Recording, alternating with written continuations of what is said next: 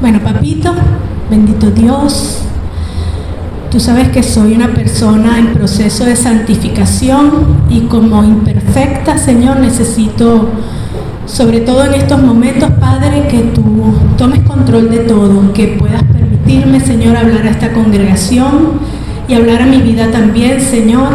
Permite que si algo sale por allí que no sea conveniente, hasta lo borres de la memoria de mis hermanos, Señor. Pero preferiblemente te pido que todo lo que salga por mi boca sea alineado con tu palabra, con lo que tú quieres transmitir esta tarde, Señor, y que tu nombre sea glorificado. Te lo pido en el nombre de Jesús. Amén. Bueno, ok. Bueno, ya estaba anunciado en el chat, este es el tema que vamos a tratar hoy, una iglesia llena de vitalidad. Este tema surge de revisar mi Biblia, y saben que en las Biblias ponen titulares a ciertos pasajes, y el pasaje realmente decía: crece una iglesia llena de vitalidad. Y leí ese título y puse mi cara de enamorada así, cuando uno piensa y sueña y se ilusiona, y dije, eso es lo que deseo para mi iglesia, que crezca, que esté llena de vitalidad, que seamos una iglesia que cumpla todas las alegrías del corazón de Dios. Y no le puse la palabra crece al título, un poco por hacerlo más sencillo y un poco porque leyendo el pasaje sobre el cual vamos a trabajar, o el contexto del pasaje, nos vamos a dar cuenta que esa parte del crecimiento le corresponde a Dios, porque Él es el que añade. Nosotros nos corresponde tener vitalidad. Entonces vamos a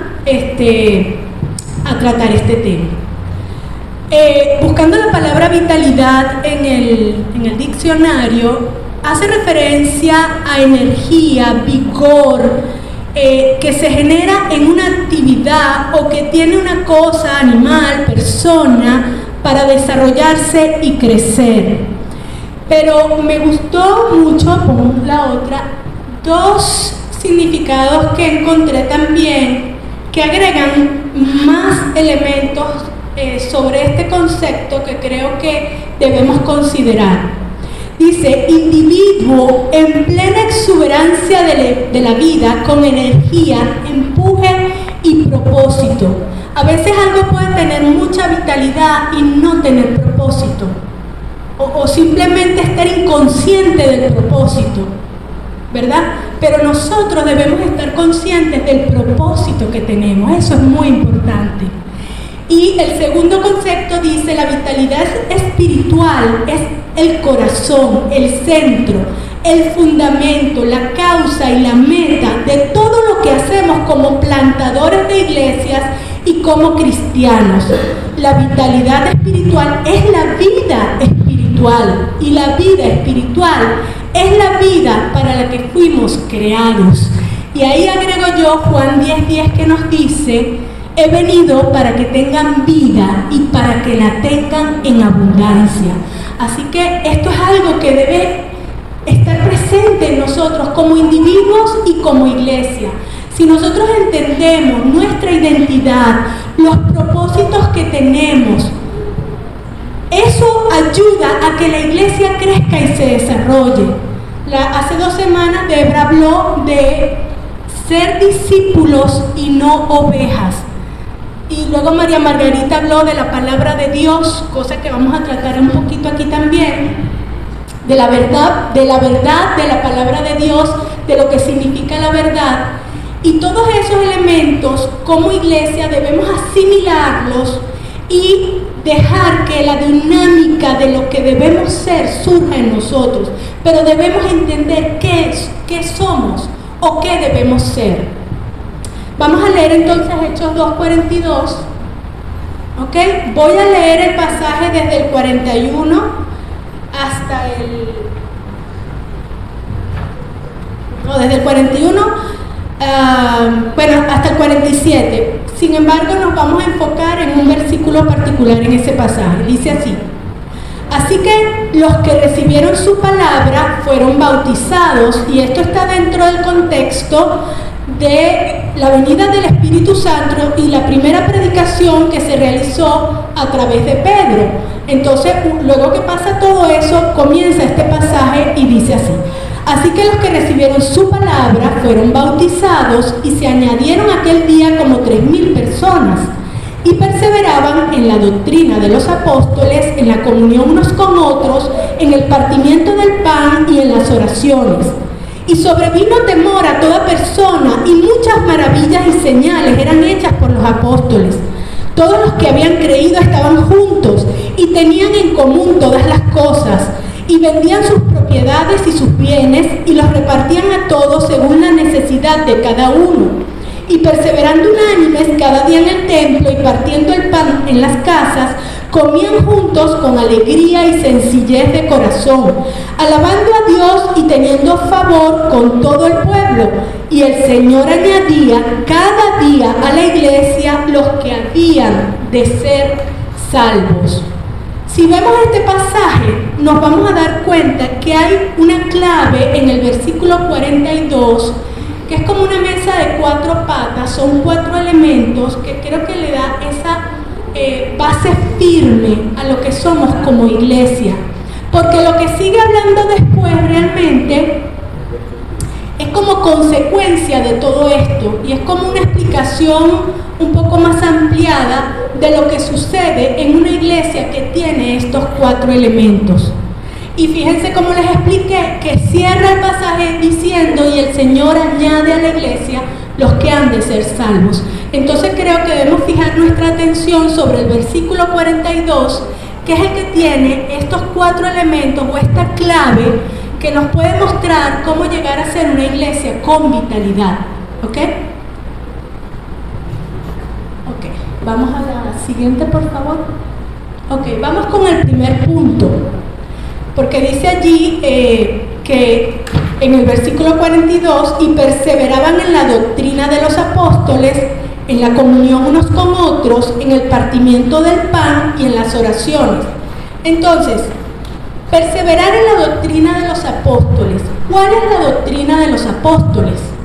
La doctrina de los apóstoles es la doctrina de Cristo, por extensión. Ellos la recibieron directamente de Cristo. Y Cristo es la doctrina, Cristo es la palabra, Cristo es la verdad, como lo entendimos un poco la semana pasada. Cristo es toda la palabra que se hizo carne. Cristo es Génesis, Éxodo, Levítico. Siga usted avanzando por los libros, Mateo, Marcos, Lucas, Juan, siga usted avanzando en todos estos libros y llegamos a Apocalipsis. Cristo es la palabra completa.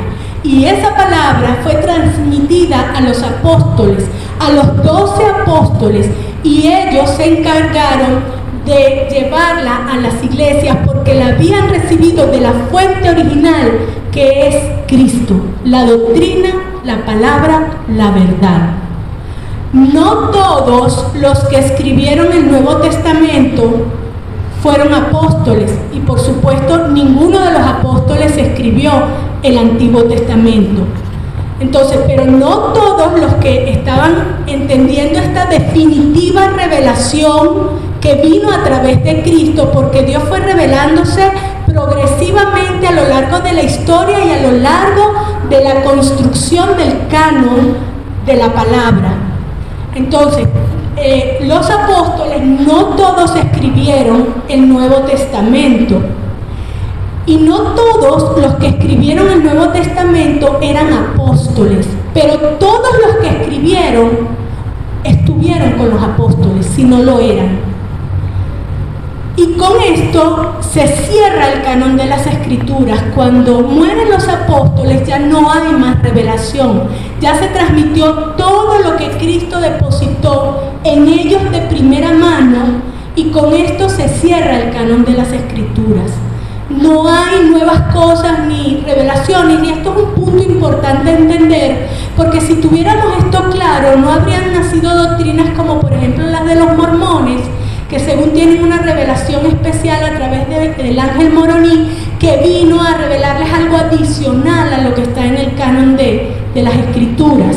Y la misma palabra dice que si aún un ángel viene con un evangelio diferente, sea anatema. Entonces es importante que nosotros estemos claros cuál es la doctrina. Quiero que pasemos al siguiente momentico.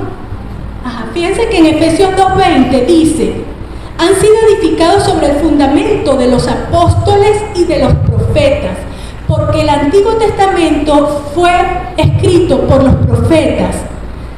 Entonces, todo lo que nosotros debemos recibir está en la palabra de Dios dada por apóstoles y profetas. En el Nuevo Testamento hubo personas que podemos considerar profetas, porque no fueron apóstoles, pero recibieron directamente de los apóstoles la información. Ahora, yo me preocupa un poco que la mayoría de las personas que me dicen que leen la Biblia, típicamente leen continuamente sobre algunos libros nada más. No, sí, yo leo la Biblia, yo leo los Salmos, leo los Evangelios y leo algo del Nuevo Testamento, pero esto no está bien. Nosotros debemos conocer toda la doctrina, toda la palabra, porque ahorita hay demasiadas cosas, herejías, apostasía, tantas cosas que nos quieren enredar la vida, y si nosotros no conocemos la palabra, podemos desviarnos de eso. Por eso es importante, para que una iglesia tenga vitalidad, que conozca la palabra de Dios, que sea guiada por la palabra de Dios, porque además la Biblia nos dice que lo que nos transforma es ser expuestos a la palabra de Dios. Al leer la palabra de Dios, eso hace en nosotros un cambio interno, nos da una información que en un momento determinado podemos apelar, usar, para saber qué decidir, qué hacer, cómo enfrentar una situación cualquiera. Entonces es muy importante que conozcamos la Biblia desde Génesis hasta Apocalipsis. Y quiero decirle que aún conociendo la Biblia muy bien, uno depende del Espíritu Santo para rechazar doctrinas de error y de cosas que no están bien, porque es responsabilidad del Espíritu Santo guiarnos a la verdad y revelar las cosas que deben ser reveladas. Eso no es solamente un acto intelectual, es algo que el Señor tiene que ayudarnos. Entonces es muy importante que a su vez que leamos la Biblia, siempre le pidamos a Dios que nos muestre las cosas correctas y la verdad. Mire, yo tengo un testimonio, y ya lo he dicho, en algún momento lo he dicho, pero recién convertida, yo agarré mi Biblia, era una Biblia católica y tiene los libros deuterocanónicos, y yo leí algo en Tobías, y cuando yo leía eso, siendo muy nueva en el Evangelio, en el Señor, en mi espíritu yo sentí, esto no es palabra de Dios. Lo sentí y llamé al que era el líder del grupo donde yo me congregaba y le dije: no entiendo qué hace esto en la Biblia, esto no me cuadra, esto me parece ¿qué es esto? Esto no puede ser palabra de Dios. Y me dijo: tienes razón, es un libro deuterocanónico, y me explicó todo eso. Entonces yo puedo dar testimonio de que el Señor nos aleja de las doctrinas de error, pero nosotros tenemos que tener avidez por leer la palabra y buscar la verdad, buscar las cosas correctas. Mire, es que es tan fácil que nos enreden la vida, porque prácticamente cualquier cosa es justificable. Usted puede enseñar cualquier cosa con la Biblia, sacándola de contexto o torciendo alguna cosa por ahí.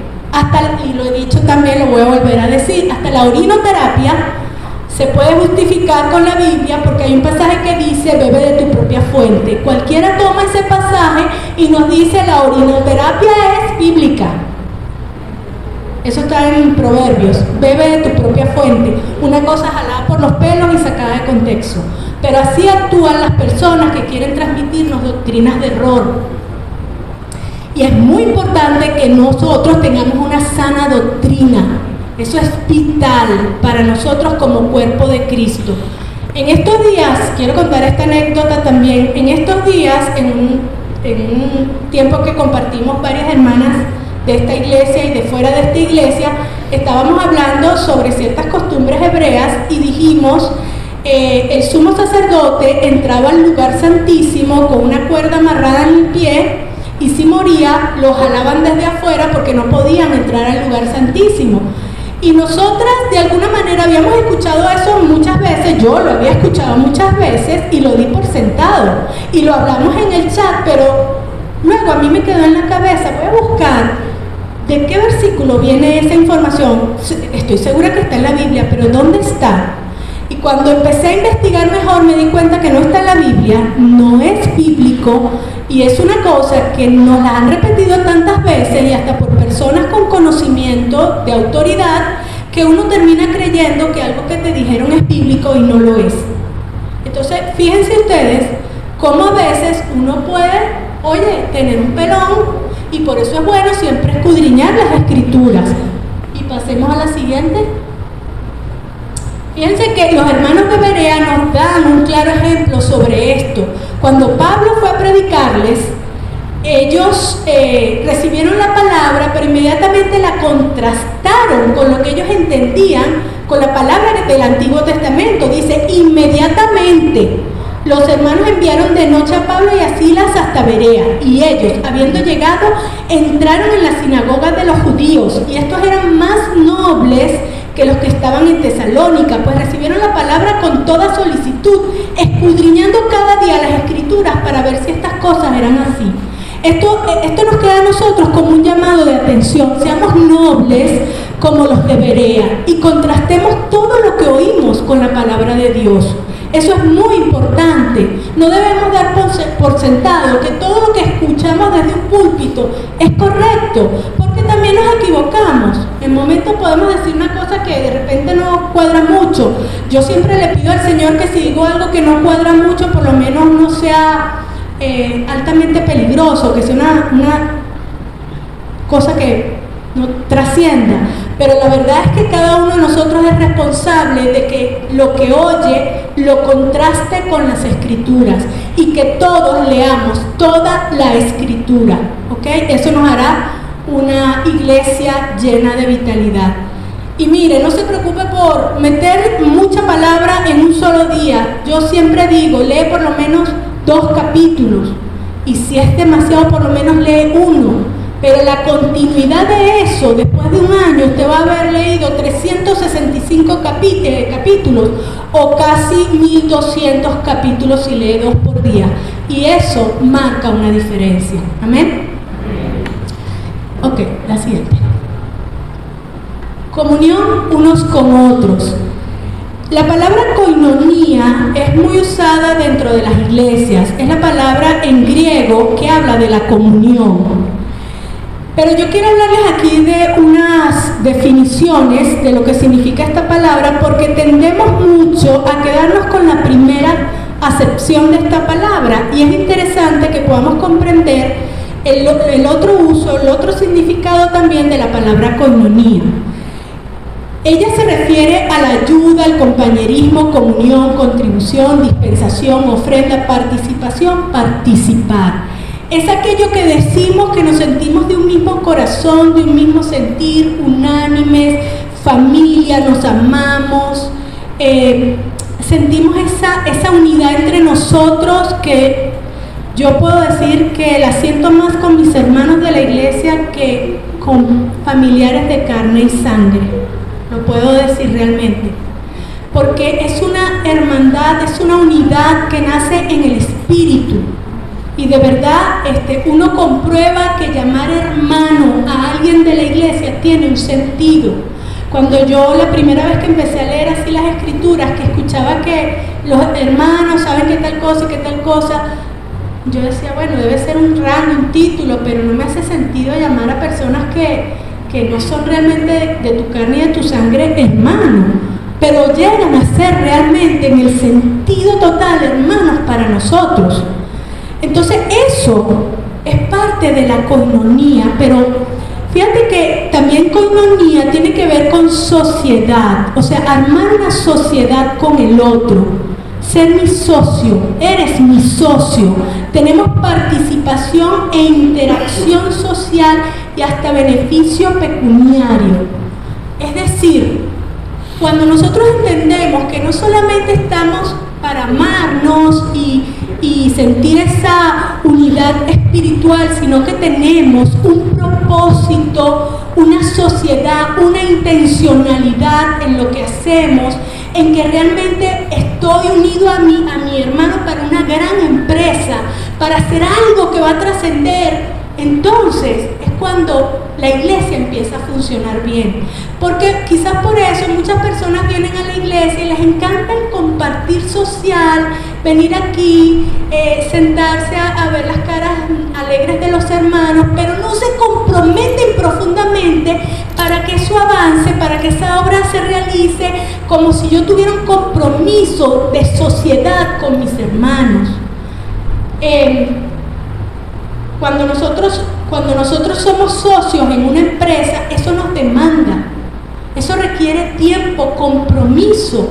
Y recuerdo esa ilustración que dice que invitaron a un desayuno y la gallina puso los huevos, pero el cochino puso el tocino. Y siempre se dice, ¿quién es el que se comprometió realmente allí? Pues sabemos que el cochino, que dio su propia vida porque este desayuno se hiciera.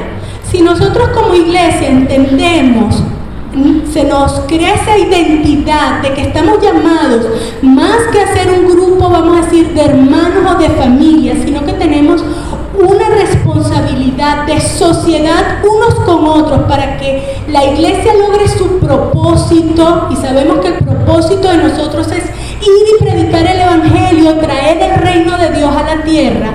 Cuando entendemos todas esas cosas, nos ubicamos en una posición más proactiva, más de acción, más de intencionalidad, más de compromiso. Y eso es muy importante, hermanos, que entendamos entonces que la koinonía va más allá de esa sensación agradable de sentirme unido en un mismo sentir con mi hermano. Inclusive, fíjense que habla de la parte financiera.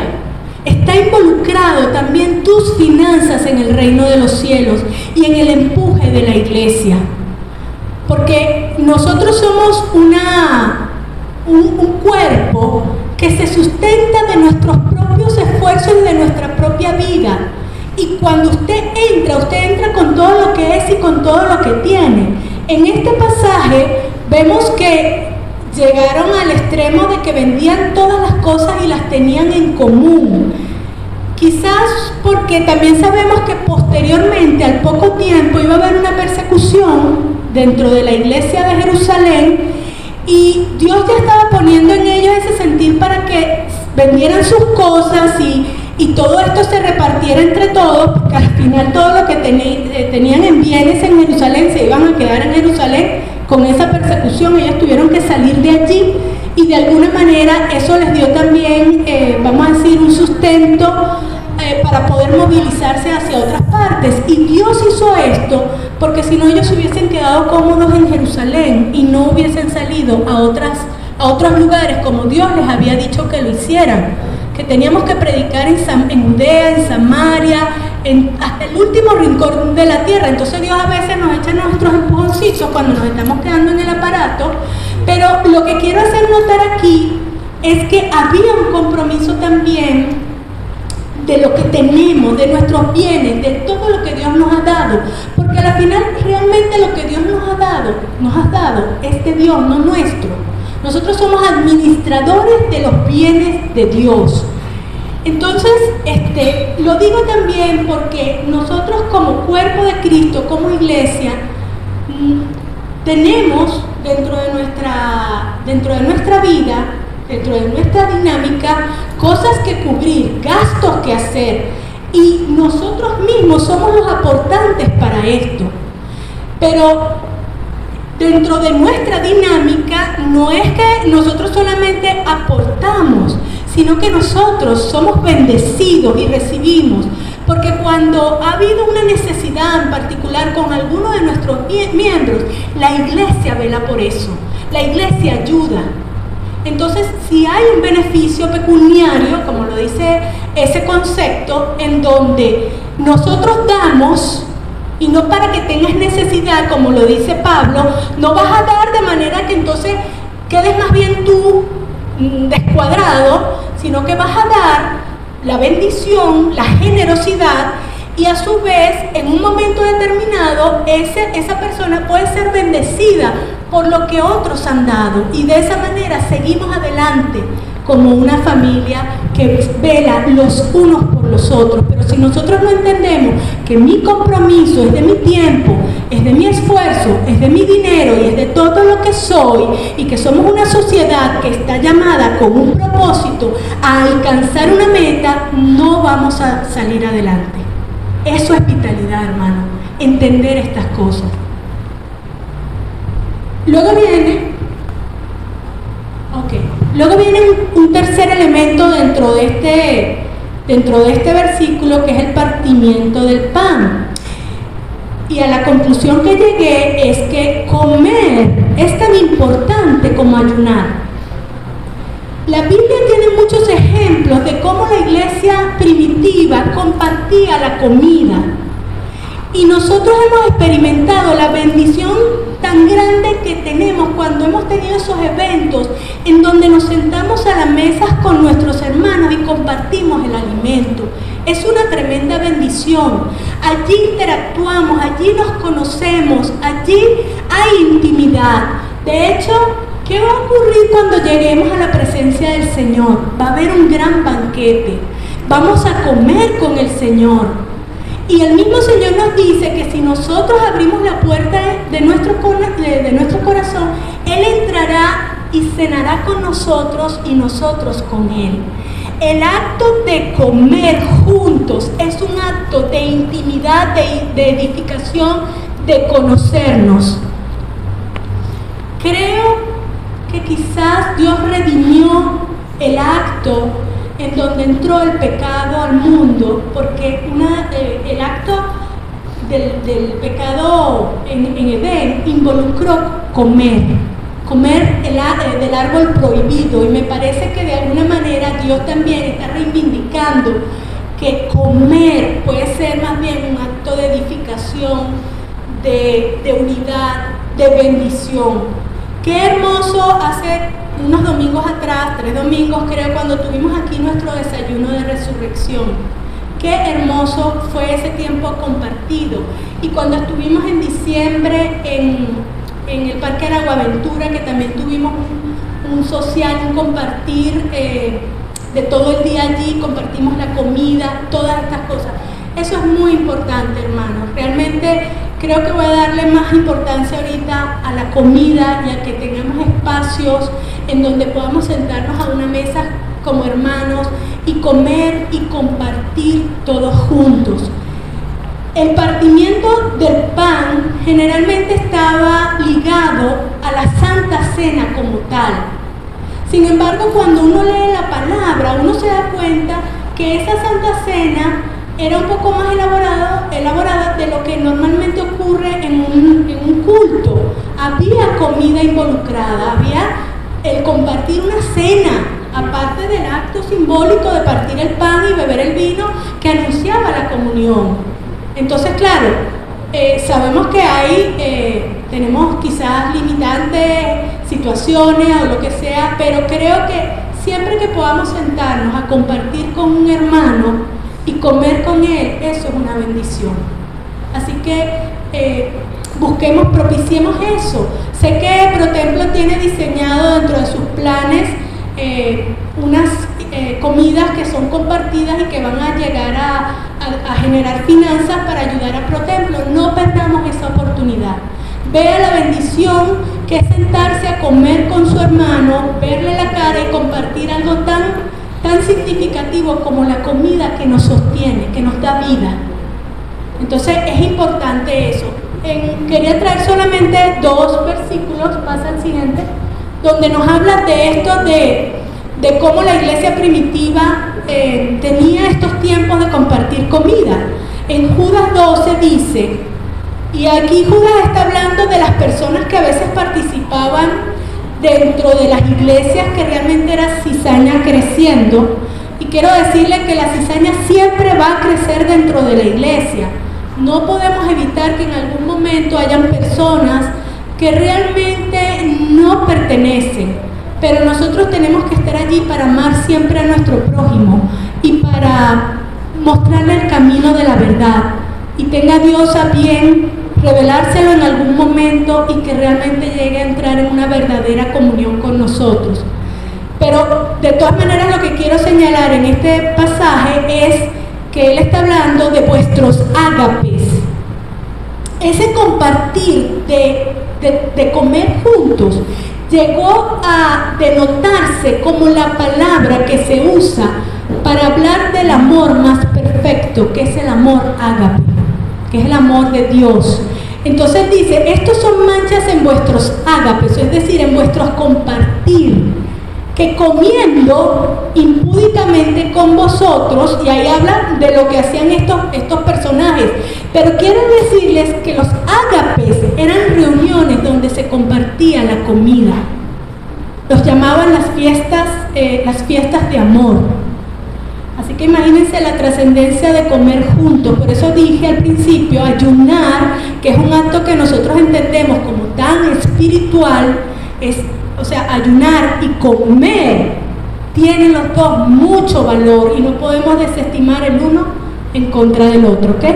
Luego en Hechos 2:46, que lo leímos como contexto del pasaje que estamos estudiando, dice, perseverando unánimes cada día en el templo y partiendo el pan en las casas, comían juntos con alegría y sencillez de corazón. Entonces, si queremos tener elementos que nos ayuden a hacer una iglesia con vitalidad, comamos juntos.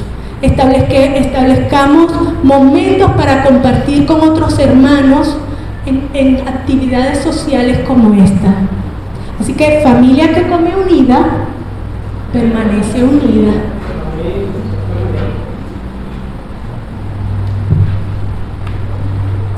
Ok, por último, tenemos la última patica de esta mesa de cuatro patas, y es la oración. Quizás la oración es una de las actividades que más nos cuesta realizar. Y yo quiero despertar en cada uno de ustedes la motivación para que desarrollen una vida de oración individual y también como iglesia. De alguna manera debemos buscar la forma en que tengamos más encuentros de oración como iglesia, pero también en su casa, en su forma individual, con su pareja, con sus hijos, que usted pueda tener esos tiempos en donde puedan comunicarse con Dios. Porque si nosotros no nos comunicamos con Dios, ¿quién es el dirigente de todo esto? ¿Quién es el que comanda todo lo que somos? Es Dios, es Dios. Si no, es una empresa más, si no es un activismo más, si no es un trabajolismo más de parte nuestra, porque sin Dios nada podemos hacer. Cuando nosotros realmente buscamos a Dios en oración, hacemos que todo fluya, que las cosas, Dios añade su gracia y las cosas acontecen, porque realmente hemos buscado primeramente a Dios. Ahora, yo quiero hablar de algunos puntos. Por ejemplo, se desarrolló, sobre todo con la teología de la prosperidad, la creencia de que inclusive decirle a Dios que tal cosa suceda si es tu voluntad, implicaba que había falta de fe. Eso no es cierto, hermanos. Nosotros tenemos que estar claros que nosotros no le ordenamos a Dios, que nosotros vamos ante su presencia y oramos y pedimos, y que estamos claros que es su voluntad la que se va a hacer y no la nuestra. Entonces siempre debemos estar atentos a orar, abiertos a que se haga su voluntad y no la nuestra, y decirlo, porque no es falta de fe decirle a Dios, pero que se haga según tu voluntad. Si Jesús en su momento más duro usó esa frase, ¿cómo no la vamos a usar nosotros? Entonces, y quiero decirle algo, la oración modelo del Padre Nuestro, primero está, hágase tu voluntad, que danos el pan de cada día, que líbranos del mal y que muchas otras cosas. Primero está que se haga la voluntad de Dios, y nosotros debemos entender eso, que seamos gente de fe, Porque yo sí creo que Dios puede hacer lo que Él quiera hacer, pero no siempre lo hace como yo quiero o en el tiempo que yo quiero. Tengo que dejarle esa apertura a Dios y hablar con propiedad. No es falta de fe decir esto. Ahora, otra cosa que quiero decir también. Orar se aprende orando. No hay otra forma. Usted puede leer libros que le hablen de la oración, de cómo disciplinarse en esto, saque tiempo así, haga aquí, haga allá, lo que sea. Yo le puedo dar muchas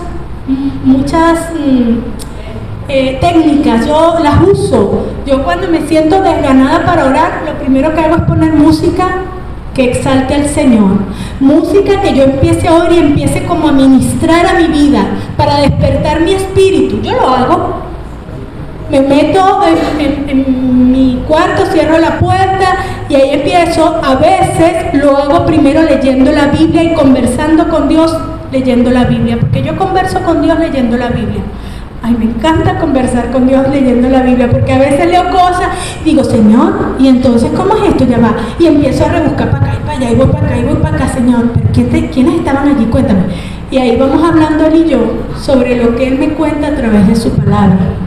Entonces, hay muchas maneras en que uno puede disfrutar ese tiempo y propiciar que tu espíritu esté despierto para ese tiempo.